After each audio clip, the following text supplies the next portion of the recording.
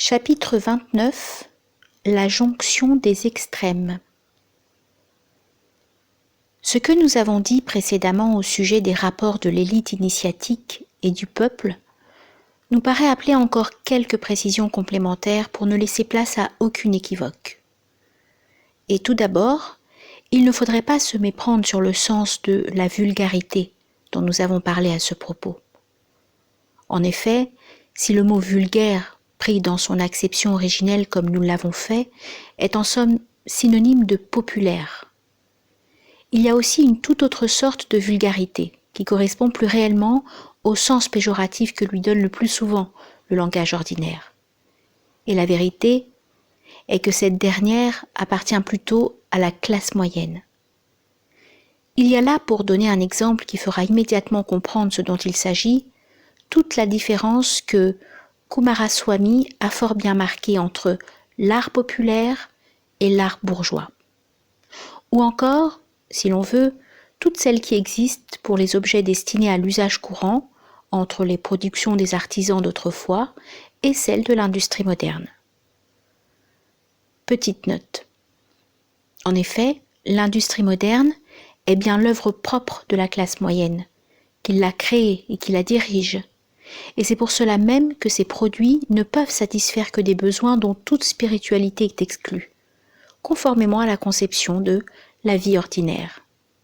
Cela nous semble trop évident pour qu'il y ait lieu d'y insister davantage. Fin de la note. Cette remarque nous ramène au Malamatiya, dont la désignation est dérivée du mot malama, qui signifie blâme.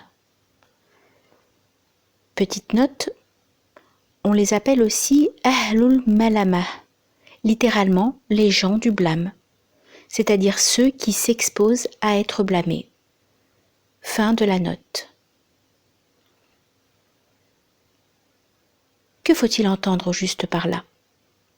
Ce n'est pas que leurs actions soient effectivement blâmables en elles-mêmes et au point de vue traditionnel, ce qui serait d'autant plus inconcevable que, bien loin de négliger les prescriptions de la loi charaïte, ils s'appliquent au contraire tout spécialement à les enseigner autour d'eux, par leur exemple aussi bien que par leurs paroles. Seulement, leur façon d'agir, parce qu'elle ne se distingue en rien de celle du peuple, paraît blâmable aux yeux d'une certaine opinion, qui précisément est surtout celle de la classe moyenne, ou des gens qui se considèrent comme cultivés, suivant l'expression qui est si fort à la mode aujourd'hui. La conception de la culture profane, sur laquelle nous nous sommes déjà expliqués en d'autres occasions. Est en effet très caractéristique de la mentalité de cette classe moyenne, à qui elle donne, par son brillant, tout superficiel et illusoire, le moyen de dissimuler sa véritable nullité intellectuelle. Ces mêmes gens sont aussi ceux qui se plaisent à invoquer la coutume, en toutes circonstances. Et il va de soi que les Malamatiya, ou ceux qui dans d'autres traditions se comportent comme eux, ne sauraient être nullement disposés à tenir compte de cette coutume, dépourvue de toute signification et de toute valeur spirituelle, ni par conséquent à se soucier d'une opinion qui n'estime que des apparences derrière lesquelles il n'y a rien.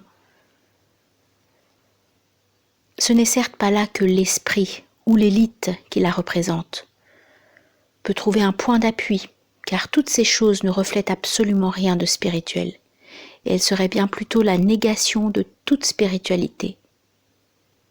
Là au contraire, où il a son reflet, alors même que celui-ci est inversé comme l'est nécessairement tout reflet, il a aussi par là même son support normal, qu'il s'agisse du corps dans l'ordre individuel ou du peuple dans l'ordre social.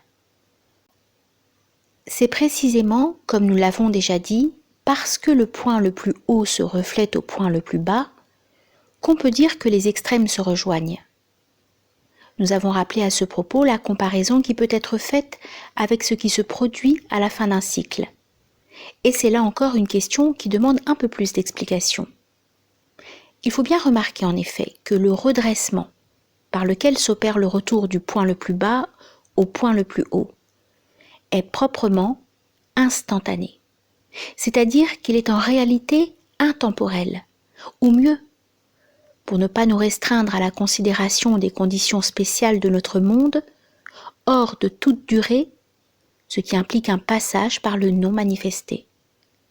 C'est ce qui constitue l'intervalle, sandhya, qui, suivant la tradition hindoue, existe toujours entre deux cycles ou deux états de manifestation.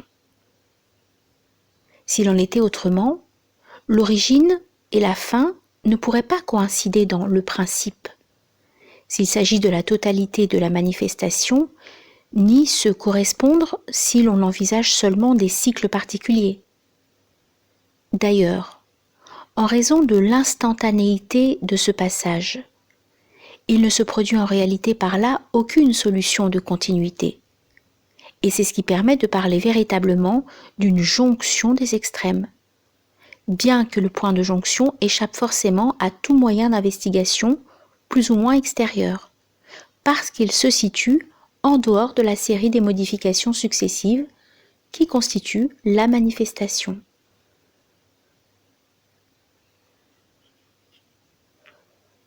Petite note, nous nous proposons de revenir sur ce point au sujet du symbolisme de la chaîne des mondes. Fin de la note. C'est pour cette raison que tout changement d'état est dit ne pouvoir s'accomplir que dans l'obscurité. La couleur noire étant, dans sa signification supérieure, le symbole du non manifesté. Mais dans sa signification inférieure, cette même couleur noire symbolise aussi l'indistinction de la pure potentialité ou de la materia prima. Et ici encore, ces deux aspects, bien qu'ils ne doivent aucunement être confondus, se correspondent cependant analogiquement et s'associent d'une certaine façon, suivant le point de vue sous lequel on envisage les choses. Toute transformation apparaît comme une destruction, quand on la considère au point de vue de la manifestation. Et ce qui est en réalité un retour à l'état principiel semble, s'il est vu extérieurement et du côté substantiel, n'être qu'un retour au chaos. De même que l'origine, bien que procédant immédiatement du principe, prend sous le même rapport l'apparence d'une sortie du chaos. Petite note. Dans le symbolisme alchimique, toute transmutation présuppose le passage par un état d'indifférenciation, qui est représenté par la couleur noire, et qui peut également être envisagé sous ces deux aspects. Fin de la note. D'ailleurs, comme tout reflet est nécessairement une image de ce qui y est reflété, l'aspect inférieur peut être considéré comme représentant dans son ordre relatif l'aspect supérieur, à la condition bien entendu de ne pas oublier d'observer en cela l'application du sens inverse. Et ceci, qui est vrai des rapports de l'esprit avec le corps, ne l'est pas moins de ceux de l'élite avec le peuple. L'existence du peuple, ou de ceux qui se confondent en apparence avec lui, est, suivant le langage courant lui-même, une existence obscure. Et pour ce qui est du peuple, cette expression, sans ceux qui l'emploient, en aient sans doute conscience, ne fait en somme que traduire le caractère inhérent au rôle substantiel qui est le sien dans l'ordre social. C'est à ce point de vue, nous ne dirons pas l'indistinction totale de la materia prima, mais du moins l'indistinction totale relative de ce qui remplit la fonction de materia, à un certain niveau. Il en est tout autrement pour l'initié qui vit parmi le peuple et sans s'en distinguer extérieurement, comme aussi celui qui dissimule sa sagesse sous les apparences non moins ténébreuses de la folie. Et il peut, outre les avantages de divers genres qu'il y trouve, voir dans cette obscurité même de son existence comme une image des ténèbres d'en haut. Petite note. Ceci peut être rapproché aussi de ce que nous avons dit ailleurs du sens supérieur de l'anonymat. dans notre livre Le règne de la quantité et les signes des temps. Celui-ci est également obscurité pour l'individu, mais en même temps, il représente l'affranchissement de la condition individuelle et en est même une conséquence nécessaire, puisque le nom et la forme, nama, rupa, sont strictement constitutifs de l'individualité comme telle. Fin de la note. On peut encore tirer de là une autre conséquence. Si les initiés occupant les rangs les plus élevés dans la hiérarchie spirituelle ne prennent aucune part visible aux événements qui se déroulent en ce monde, c'est avant tout parce qu'une telle action périphérique serait incompatible avec la position centrale qui est la leur. S'ils se tiennent entièrement à l'écart de toute distinction mondaine, c'est évidemment parce qu'ils en connaissent l'inanité. Mais en outre, on peut dire que s'ils consentaient à sortir ainsi de l'obscurité, leur extérieur, par là même, ne correspondrait plus véritablement à leur intérieur. Si bien qu'il en résulterait, si cela était possible, une sorte de désharmonie dans leur être même. Mais le degré spirituel qu'ils ont atteint, excluant forcément une telle supposition, exclut dès lors aussi la possibilité qu'ils y consentent effectivement. Petite note.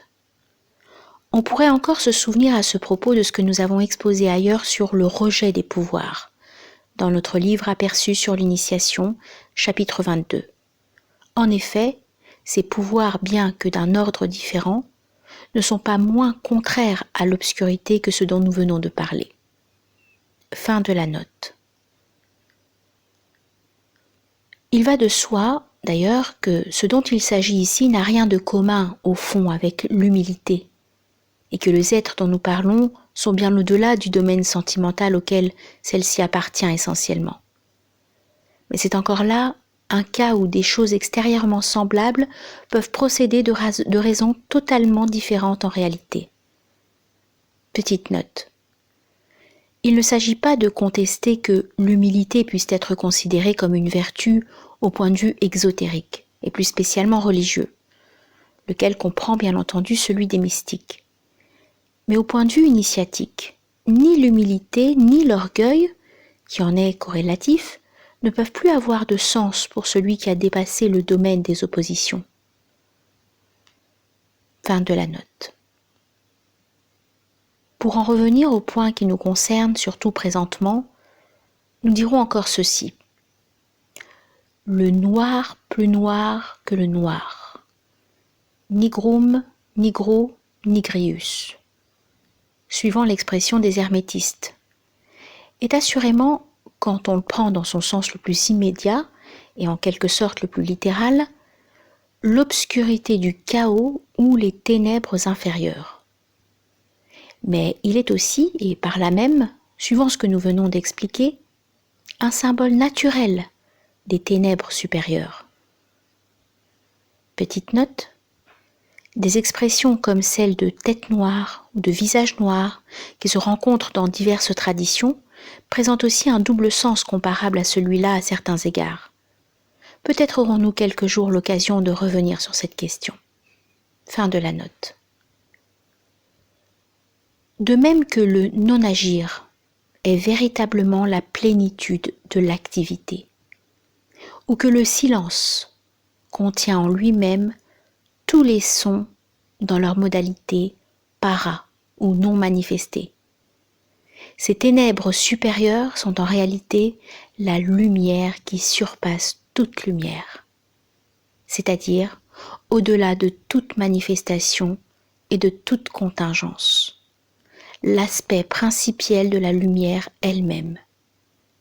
Et c'est là, et là seulement, que s'opère en définitive la véritable jonction des extrêmes.